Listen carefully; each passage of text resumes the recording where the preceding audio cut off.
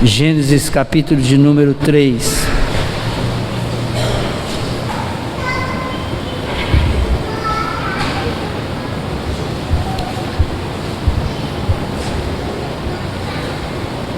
Gênesis capítulo 3.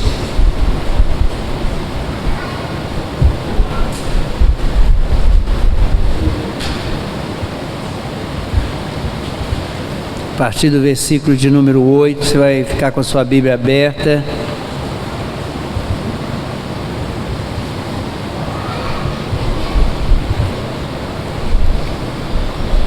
Gênesis 3, a partir do versículo 8. Mantenha a Bíblia aberta para que você possa acompanhar a exposição do texto. Quando ouviram a voz do Senhor Deus, que andava no jardim pela viração do dia, esconderam-se da presença do Senhor Deus, o homem e a sua mulher, por entre as árvores do jardim. E chamou o Senhor Deus ao homem e lhes perguntou: onde estás? Ele respondeu: ouvi a tua voz no jardim, porque estava nu, tive medo e me escondi. Perguntou-lhe Deus: quem te fez saber que estavas nu? Comeste da árvore que te ordenei que não comesses? Então disse o homem: a mulher que me deste por esposa, ela me deu da árvore e eu comi. Disse o Senhor Deus à mulher: que é isso que fizeste? Respondeu a mulher: a serpente me enganou e eu comi. Então o Senhor Deus disse à serpente: visto que isso fizeste, maldita és entre todos os animais domésticos e o és entre todos os animais selváticos. Rastejarás sobre o teu ventre e comerás pó sobre os dias da tua vida. Porém, inimizade entre ti e a mulher, entre a tua descendência e seu descendente. Este ferirá a cabeça e tu lhe ferirás o calcanhar. E a mulher disse: multiplicarei sobremodo os sofrimentos da tua gravidez, em meio de dores darás à luz filhos. O teu desejo será para o teu marido e ele te governará.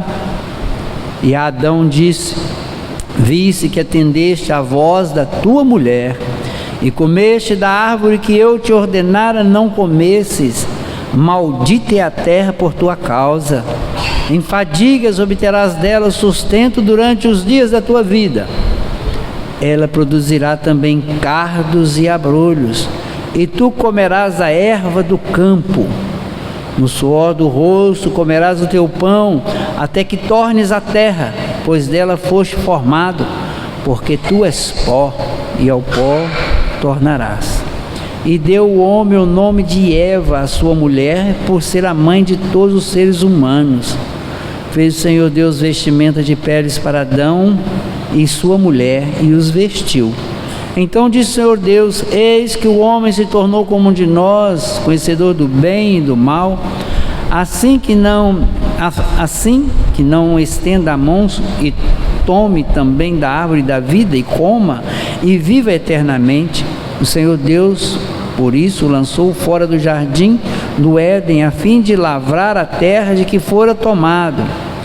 E expulso o homem, colocou querubins ao oriente do jardim do Éden, e o refugir de sua espada que se revolvia para guardar o caminho da árvore da vida.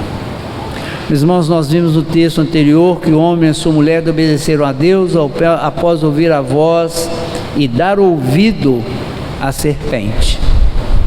Falamos aqui sobre a questão de que a serpente falou, mas ela estava sendo ela instrumento de Satanás.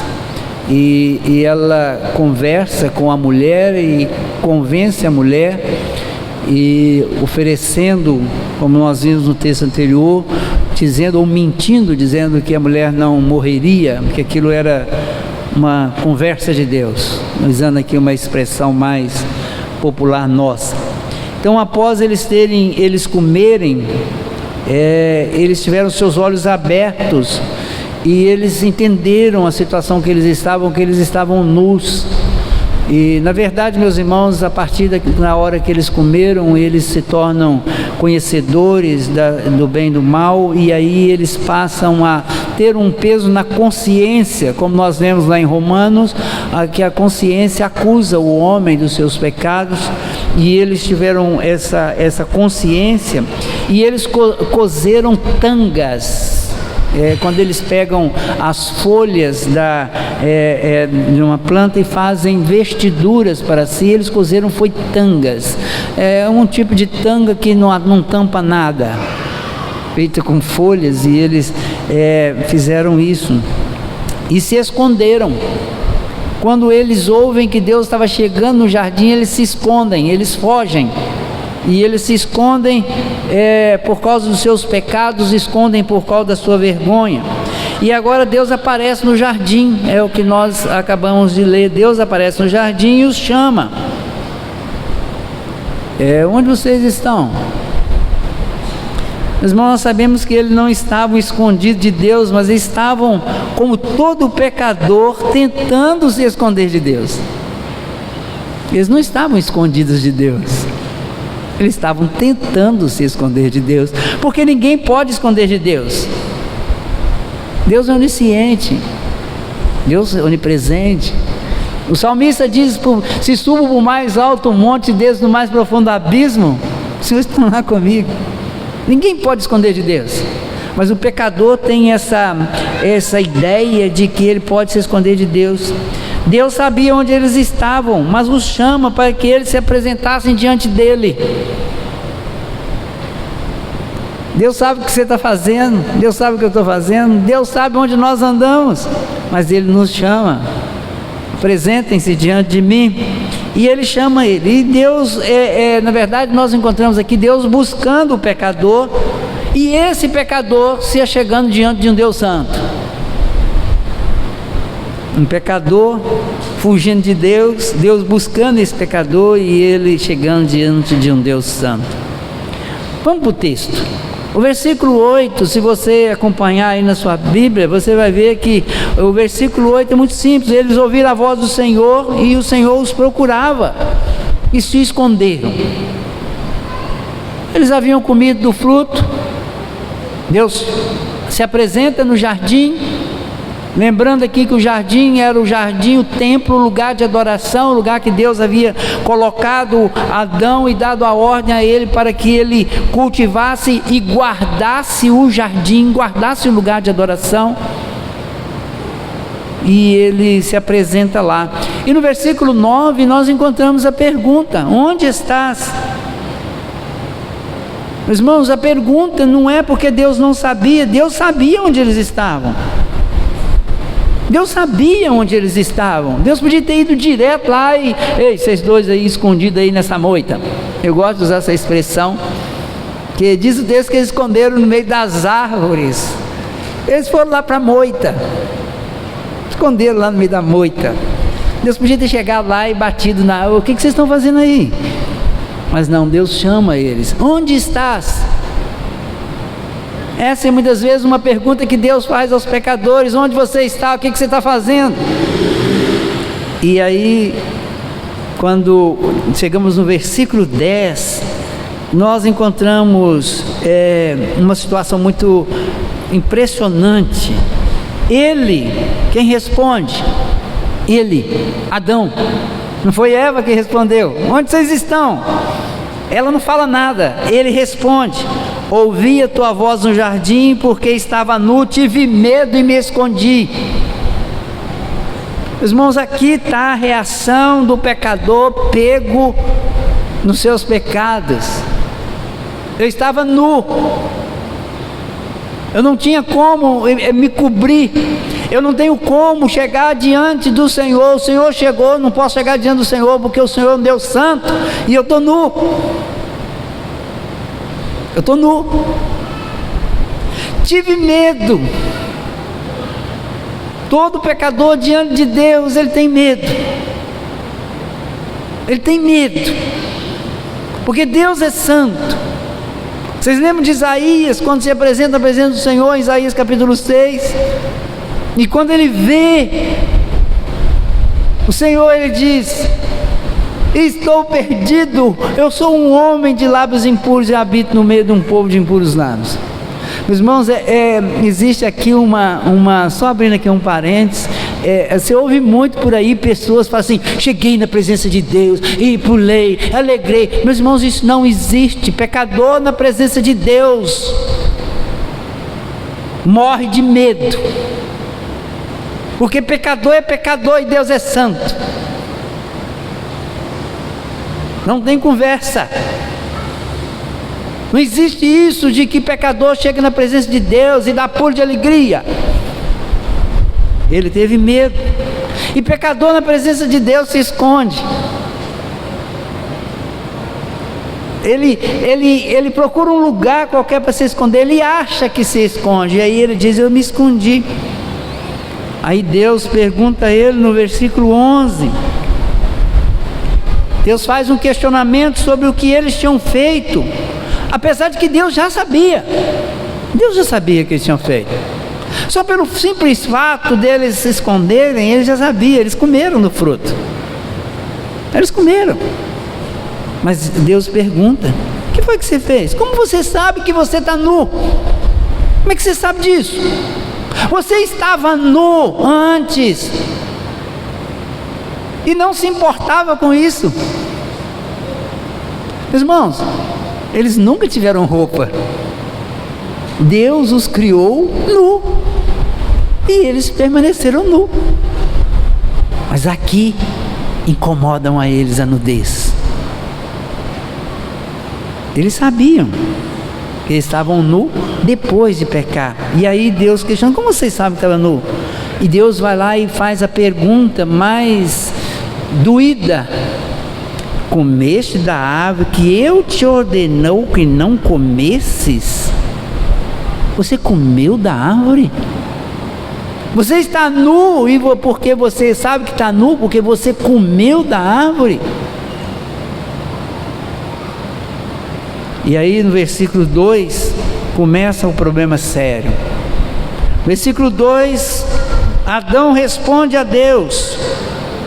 12. Então disse o homem, Adão: a mulher que me deste por esposa, ela me deu da árvore que eu comi. Meus irmãos, aqui começa o problema mais sério que nós encontramos nas nossas vidas.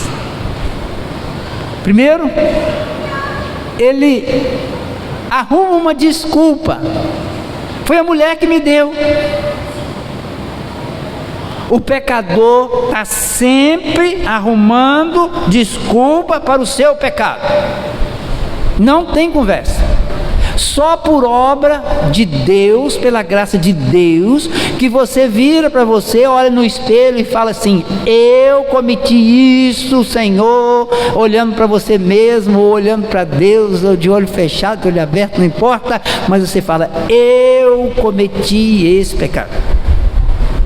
A maioria das vezes: ah não, eu falei isso porque a minha mulher fez raiva, eu fiz isso porque meu vizinho, meu patrão, o político, sei lá quem que das contas. O pecador sempre arruma desculpa pelo seu pecado.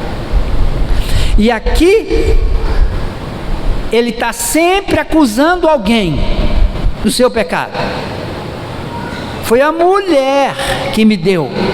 E ele está sempre culpando Deus. Foi a mulher que o Senhor me deu.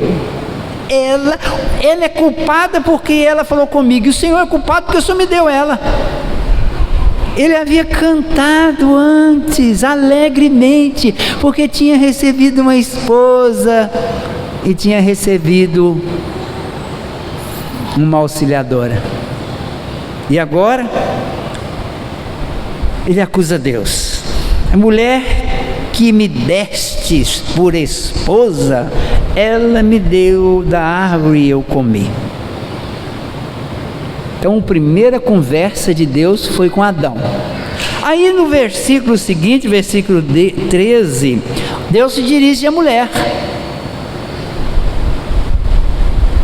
E ele pergunta à mulher, e o processo continua, pecador e pecadora, né? Aí o processo continua. Disse o Senhor Deus à mulher: que é isso que fizeste? O que você fez? Aí ela responde: Respondeu a mulher: a serpente me enganou e eu comi. Irmãos, é digno de... parece comédia, mas não é. Não é comédia, é a palavra de Deus. Ele vira para a mulher e fala assim: o que você fez? Foi a serpente que me enganou. Quem criou a serpente? Deus. Quem é o culpado? Deus. Serpente que me enganou. Termina as perguntas. Não tem mais pergunta. No versículo 14, o Senhor se dirige à serpente. E para a serpente ele não pergunta nada. Ele simplesmente age como ele está agindo aqui a partir do início do texto, no versículo 8. Ele começa a agir, ele está agindo como juiz. E ele aí vai determinar apenas sobre a serpente. Ele começa de, vamos dizer assim, de trás para frente. Ou do início do problema, que foi ela que foi falar com a mulher. Aí ele diz: visto que isso fizeste, maldito entre todos os animais domésticos e o és entre todos os animais selváticos, rastejarás sobre o teu ventre e comerás por pó todos os dias da tua vida. Ele diz à serpente: você é maldita pelo que você fez.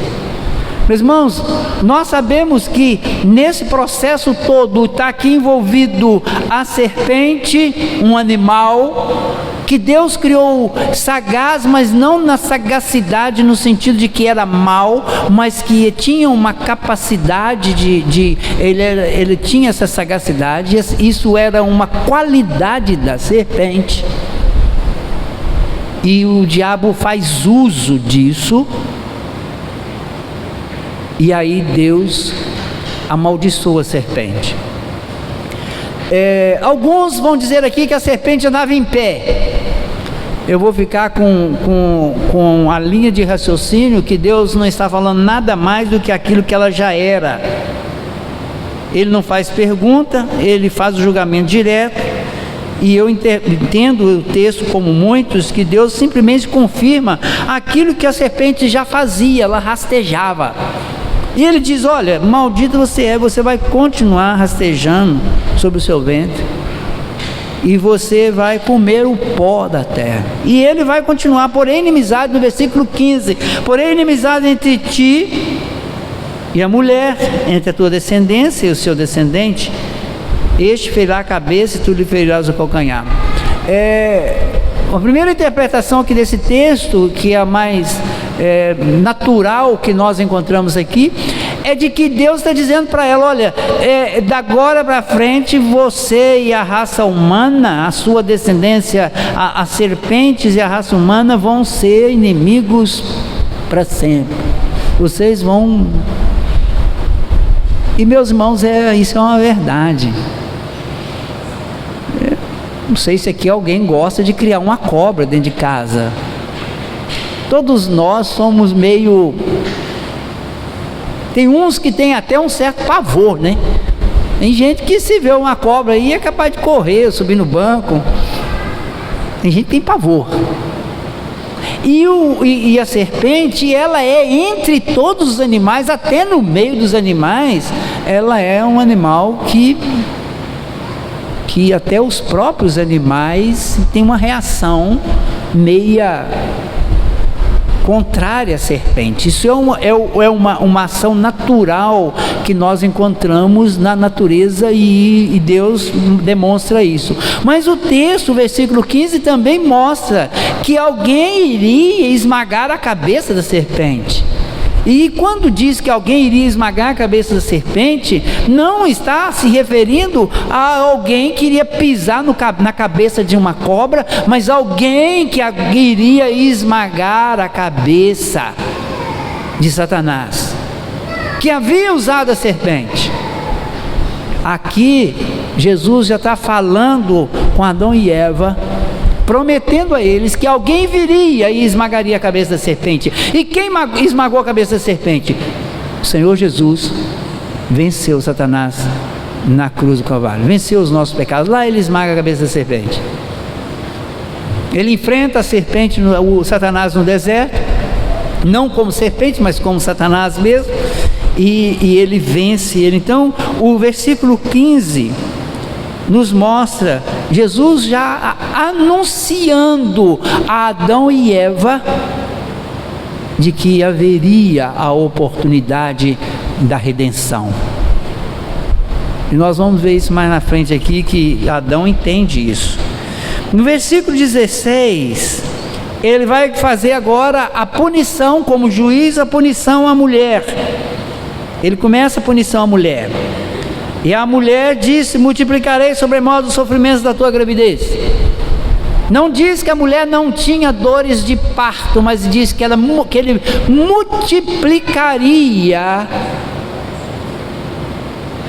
sobremodo o sofrimento da tua gravidez.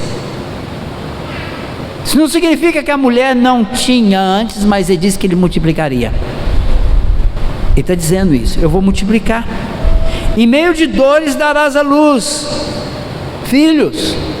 Ele está fazendo uma promessa a Eva. Ele está dizendo: apesar do que você fez, você vai dar luz a filhos. Você vai ter filhos. Adão está ouvindo. Aqui está o que ninguém gosta, né? O teu desejo será para o teu marido e ele te governará. Oh, meus irmãos, que situação complicada para Eva. Agora Eva vai ter dores de parto, e ela perde a liberdade dos seus desejos. O desejo da mulher era sujeito de forma amorosa ao seu marido. Preste bem atenção nisso aqui. Quando Deus cria ela como auxiliadora, ela já estava debaixo da liderança do seu esposo. Só que até ali eles andavam os dois nus.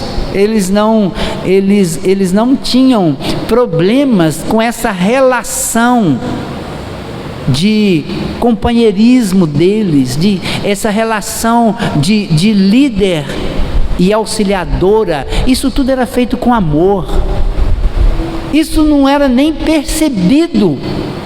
Eles faziam isso de forma natural. A partir daqui, Deus está dizendo a ela: olha, o seu desejo será para o seu marido e ele te governará. Ele luta que a sociedade secular faz com relação a isso, tentando se livrar disso por todos os meios, mas não consegue, porque é uma ordem de Deus. Então a mulher estava sujeita de forma amorosa, e agora ela passa a estar sujeita dentro de quase que uma servidão. Isso criou um atrito que existe até os nossos dias, que são rompidos única e exclusivamente quando homem e mulher são nascidos de novo em Cristo Jesus e mudam essa natureza a partir de uma obra do Espírito Santo no coração do homem e da mulher. Só aí que isso muda. Quando há um novo nascimento, quando há um retorno, há uma aproximação de Deus. O versículo 17 até o 19, ele vai falar para Adão. E Adão disse: visto que atendeste à voz da tua mulher e comeste da árvore que eu te ordenara, não comesses, maldita é a terra por tua causa, em fadigas obterás dela o sustento durante os dias de tua vida. Ela produzirá também cardos e abrolhos, e tu comerás a erva do campo. No suor do rosto comerás o teu pão, até que tornes a terra, pois dela foste formado, porque tu és pó, e ao pó tornarás. Meus irmãos, aqui ele começa fazendo uma acusação a Adão muito séria. Ele diz: ouvistes a voz da sua mulher. Meus irmãos, nós não podemos esquecer que a mulher foi colocada, dada a Adão, não colocada, mas dada a Adão, para ser auxiliadora dele. Ele tinha que ouvir a voz da sua esposa, Mas aqui o que Deus está dizendo é: você deu ouvido à voz dela, que ela ouviu a serpente. Você não poderia ter ouvido ela. Em outras palavras, visto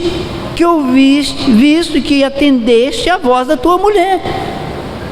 Ele está dizendo: visto que você atendeu a voz dela, você simplesmente respondeu sim ao que ela te falou. Por causa disso, a terra será amaldiçoada. Ambos haviam desobedecido a Deus. A terra perde a sua qualidade. A terra passa a produzir aquilo que a terra não produzia antes, porque ela passa a produzir espinhos e abrolhos. Lá atrás Deus não havia dito ao homem que ele comeria da erva da terra. Isso era comida dos animais. Ele comia das árvores, dos frutos das árvores. E aqui ele passa a comer. E aumenta o esforço. Deus já tinha dado a ele ordem para trabalhar, mas ele tem que aumentar o esforço do trabalho. E por último, a morte física vem sobre ele, que ele não tinha. Você vai morrer e você vai voltar para o pó da terra. Sabemos que a morte espiritual aqui já estava estabelecida, porque era o afastamento de Deus. Quando ele foge de Deus, ele está morto espiritualmente. E aí, meus irmãos, nós enfrentamos aqui o grande questão, que tudo começa aonde ou a quem você dá ouvido. A mulher deu ouvido a Satanás. Adão atende a voz dela e a coisa desanda. E é necessário que nós possamos nos preocupar muito com aquilo que nós ouvimos e de quem ouvimos. No versículo 20, é interessante no versículo 20, que no versículo 20 tem vamos dizer assim, um momento até de alegria aqui nesse texto, porque até aqui é só tristeza, né? Mas no versículo 20 tem um momento de alegria, porque no versículo 20 diz que deu o homem o nome de Eva, sua mulher, por ser a mãe de todos os seres humanos. É interessante que ele tinha chamado ela lá atrás de varoa, porque do varão foi tomado. Aqui ele dá o nome nela de Eva, mãe da humanidade. Que é de todos os seres humanos, mãe da humanidade. Ele acredita na promessa que Deus fez a ela, de que ela teria filhos. Ele estava muito atento, ele acredita nisso. E aí ele vira para dar um nome a ela. Agora ele não chama ela mais de varoa, mas ele chama ela de Eva. E a partir daí ela se torna Eva, que significa mãe de todos os seres humanos. E no versículo 21, Deus veste o homem com roupas feitas por ele. Aqui tem uma questão muito interessante. O homem pecador tenta cobrir as suas vergonhas pelas suas próprias mãos, mas Deus cobre a vergonha do homem, ou cobre os seus pecados pela roupa feita por ele. Ele faz uma roupa de pele, mata um animal, sacrifica um animal e cobre o homem. Aqui nós já começamos a ver o quanto o sacrifício para cobrir o pecado e a vergonha do homem, aí no versículo 20. E no versículo 22 a 24, o homem é expulso do jardim para não comer da árvore da vida.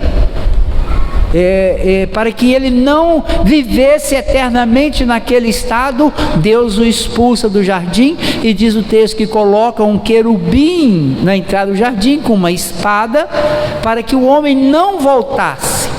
E para que você tenha uma noção disso aqui e pense nisso, O que separava o Santo dos Santos no tabernáculo e no templo era uma cortina tecida por eles, e era uma cortina grossa, e ela na cortina tinha o desenho de 2 querubins. Reflita sobre isso. Os homens não podiam entrar no Santo dos Santos, porque onde estava a arca, era a presença de Deus, só podia entrar o sumo sacerdote uma vez por ano, depois que ele se purificasse dos seus pecados. E aquela cortina fazia separação entre o lugar santo e o Santo dos Santos. Quando Jesus morre, a cortina rasga. Eu fiz assim, mas ela rasga assim. Ela rasga de baixo para cima. E aqui o véu que separava já não separa mais. O querubim que estava aqui, ele era desenhado, bordado naquela cortina, e ela separava os homens. E na morte de Jesus, ela é rasgada, porque Jesus abriu o caminho de volta para Deus. O homem agora pode voltar a Deus. Aí Hebreus, meus irmãos, vai falar uma coisa tão profunda, quando diz assim: e nós com intrepidez podemos entrar na presença do Senhor. O canto que nós cantamos sobre oração, nós podemos chegar na presença de Deus, porque o véu que separava já não separa mais. Nós podemos voltar na presença do Senhor em Jesus Cristo. O que esse texto nos ensina sobre Deus? Primeiro, que Deus é onisciente.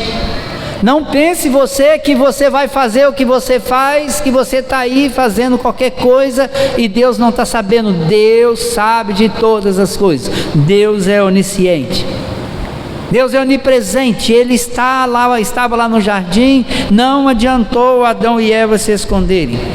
Outra coisa que esse texto nos ensina: Deus é juiz. Ele vai julgar a sua vida. Ele vai julgar a minha vida. Ele julga. E Ele já nos estabelece em nós esse sentimento de dor e de tristeza relacionado com o nosso pecado. A tentativa nossa de fugir de Deus é o peso da consciência pelo pecado que nós praticamos. E muitos de nós às vezes quer fugir de Deus até no culto. Não vou lá não. Por quê? Porque tem medo de às vezes chegar aqui e ser confrontado com o pecado numa pregação, numa alguma coisa, e nós temos medo disso. Nós não queremos nunca ser confrontados com os nossos erros. Então Deus é juiz, Ele vai julgar. Mas Deus é gracioso. Deus é gracioso, porque ainda lá Ele diz: vai esmagar a cabeça da serpente. Você, apesar do que você fez, você vai ter dor de parto, mas você vai ter filhos. Você não vai ser estéril, você vai ter filhos. Irmãos, uma bênção. Apesar de tudo isso, o Senhor é gracioso. Apesar de tudo, Ele decidiu recuperar a sua criação através da redenção, através do próprio Filho. Ele resolve recuperar a sua criação. Ele resolve restaurar o homem à presença dEle em Cristo Jesus. E o homem nesse texto, meus irmãos, em Cristo ele é pecador ainda e foge da realidade do seu pecado. E ele só pode retornar a Deus se for coberto pelo sangue do Cordeiro. Aqui ele é coberto pela vestidura de um animal que foi morto, e as roupas foram tecidas por Deus. Se você pegar o restante da Bíblia, você vai encontrar muito vestiduras brancas. João no céu vendo vestidura. Meus irmãos, cobrindo a nudez do homem com o sangue do Cordeiro. O sacrifício de Cristo na cruz que cobre os nossos pecados. Mas sem Cristo o homem continua morrendo fisicamente e morto espiritualmente. Ele morre fisicamente porque ele nasceu, vai morrer e vai ter que ser sepultado, mas ele já nasce morto nos seus delitos e pecados e está condenado ao inferno. Condenado ao inferno se não nascer de novo. O que nós vamos fazer com o texto? Serve para quê? Para a minha vida e para a sua vida. Primeiro, não fuja da realidade do seu pecado. Enfrente. Não o pecado no sentido que você vai vencer o seu pecado. Enfrente o seu pecado confessando diante do Senhor, levando na presença do Senhor, dizendo: Senhor, eu tenho errado aqui, eu não estou conseguindo, Senhor. Meus irmãos, eu li um livro há uns anos atrás que me marcou muito. O autor do livro, ele enfatizava muito, dava muita ênfase na necessidade que nós, esse livro era escrito mais assim para todas as pessoas, mas principalmente para pastores, que nós precisamos muito de pedir da graça de Deus para vencermos os nossos pecados. Isso marcou muito a minha vida, porque nós precisamos clamar pela graça do Senhor, para que Ele nos mostre aonde nós pensamos, pecamos, aonde nós somos falhos, e nós precisamos da graça de Deus para vencer esses pecados. Ninguém vence pecado com força própria. Diz da sua cabeça. Só Deus pode fazer com que você vença a natureza do seu coração. Então a primeira coisa nesse texto é: não fuja da realidade do seu pecado. Enfrente o seu pecado, buscando graça em Deus e confessando ele diante do Senhor. Enfrente as consequências da transgressão de nossos pais. Enfrente isso. Não adianta, você não vai conseguir viver nesse mundo se não trabalhar com força e com empenho. Vai ter que suar no trabalho. Não tem jeito. Não tem jeito, não fuja, não adianta fugir. Você pode até fazer cesariana, mas uma coisa é certa, meus irmãos: a gravidez não é fácil. A relação entre marido e mulher, só em Cristo Jesus que você consegue viver de forma mais saudável. Não estou dizendo perfeita, porque perfeita acabou. Acabou. Nós precisamos de pedir ao Senhor que cuide dessa relação, esse negócio do desejo, que o teu marido governará, seu desejo está na mão do seu marido. Meus irmãos, essa é a relação. O marido, você é a culpada é o cachorro. Não tem a cobra mais para culpar, então culpa o cachorro, e por aí afora vai, meus irmãos. Só o Senhor Jesus pode restaurar essa relação nossa. Então, cuidado com isso. Enfrente essas consequências. Cuidado com as vozes que você ouve. Esse texto, meus irmãos, é importantíssimo com relação a isso. Cuidado com aquilo que você aconselha o seu marido, ou o marido aconselha a esposa. Cuidado com as vozes que você está dando ouvido. Às vezes nós falamos coisas que não procedem de Deus. Então cuidado com a voz que você ouve, cuidado com a voz que você transmite. Ela poderia ter ouvido da serpente e disse: não, vou comer isso não. E não precisava nem ter contado o marido. Mas ela transmitiu aquilo que ela não podia transmitir. E às vezes, meus irmãos, nós transmitimos ódio, nós transmitimos coisas que... Você já viu aquela... Deve ter ouvido história assim, né? Que a mulher chega: você viu o que aconteceu? O fulano lá do lado falou com o menino dele para bater no nosso filho e você não fez nada. Você já ouviu esse tipo de conversa? Você é um... Vou nem falar a expressão. Você devia reagir, você devia fazer. Compra um revólver e dá um tiro nele. Meus irmãos, cuidado com o que você transmite. Cuidado com o que você ouve. Muito cuidado com isso. Eu quero encerrar dizendo o seguinte, que esse texto nos traz essa realidade de um pecador diante de um Deus santo. E essa é a realidade da nossa vida. Essa é a realidade da nossa vida. Você não pode fugir do Senhor. Não pode. E se alegre muito se o seu Senhor diz: onde está? Se alegre com isso. Porque se Ele não disser onde você está, é sinal de que Ele já te abandonou e você vai para o inferno. Quando Ele te chama, onde você está? E começa a te questionar, sofra com seus pecados, chore bastante, mas se alegre, porque Ele te ama. Ele está querendo curar as suas feridas. Ele te ama. Ele deseja consertar, Ele deseja que você volte para a presença dEle. Nós às vezes tratamos Deus como os nossos pais. Nós escondemos os nossos pecados dos nossos pais, as nossas artes, os nossos defeitos, escondemos dos nossos pais, porque temos medo do nosso pai. Meus irmãos, Adão teve medo de Deus, mas Deus não. Ele morreu realmente, mas ele recebeu uma promessa, a promessa de que Jesus esmagaria a cabeça da serpente. E ele entendeu isso, meus irmãos. Ele entendeu isso. Você que às vezes critica muito Adão e Eva, quando chegar lá no céu, ou quando Jesus voltar e Adão estiver junto, vai lá conversar com ele. A pessoa fala: mas Adão arrependeu? Olha, Jesus, quando a palavra de Deus vai registrar lá a genealogia, vai falando, fala de 7 filhos de Adão, Adão filho de Deus. Se Adão era filho de Deus.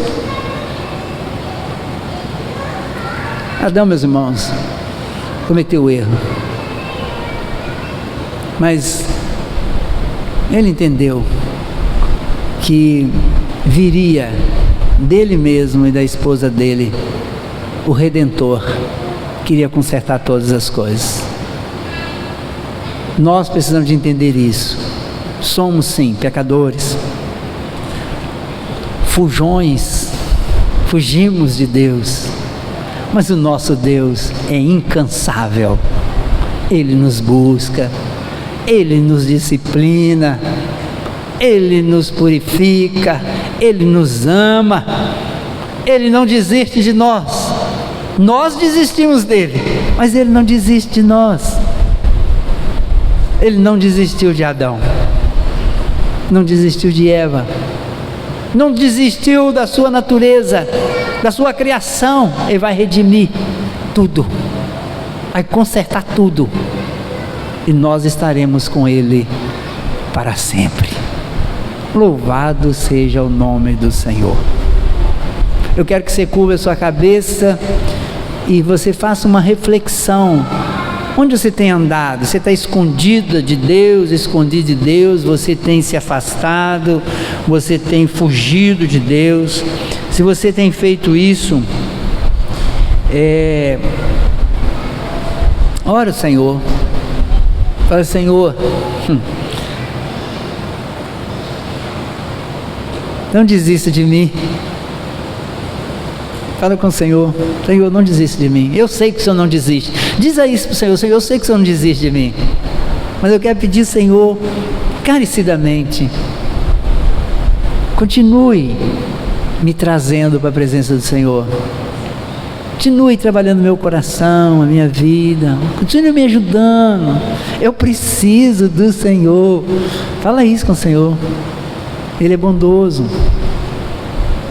Ele sabe dos seus pecados. Não adianta se esconder dele.